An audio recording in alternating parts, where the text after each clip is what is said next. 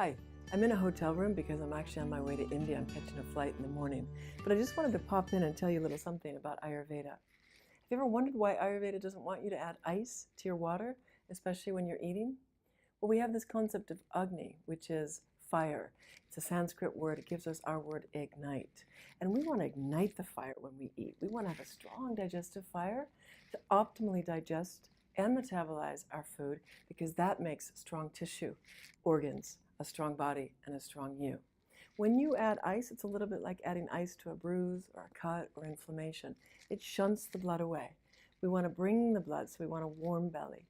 That's why we add digestive spices to our meals. That's why we like our meals warm. That's why we like to drink ginger or lemon tea with our meals.